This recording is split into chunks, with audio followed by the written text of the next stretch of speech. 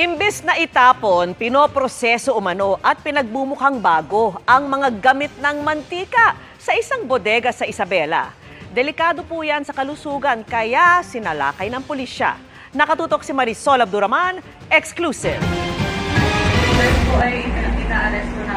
Sinalakay ng PNP-CIDG warehouse na ito sa Isabela dahil sa reklamong pagbibenta umano ng recycled cooking oil. May nakapag-report sa amin na isang operation na ang mga used cooking oils na kinukuha sa iba-ibang mga popular food chains, reusable actually at hindi na-detect ng general public ang difference.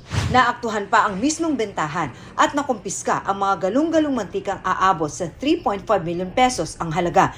Imbis na itapon, ay pinoproseso umano ito para magmukhang bago. Instead na itapon or i-dispose, ginagawa ay nire-recycle. May mga third-party contractors kasi na nagdi-dispose talaga yan. Binabantayan ito ng Food and Drug Administration sa pag-aaral ng World Health Organization. Posibleng maawi sa type 2 diabetes, hepatic steatosis o liver disease at cardiovascular diseases ang pagkonsumo ng mantikang ilang beses nang nagamit. Mataas din ang tsansa magka-cancer, batay naman sa pag-aaral ng Singapore Food Agency. FDA is there for a very, very important purpose. Kailangan lahat ng ating mga ibinibenta dyan ay dapat dumaan sa kanila for inspection muna.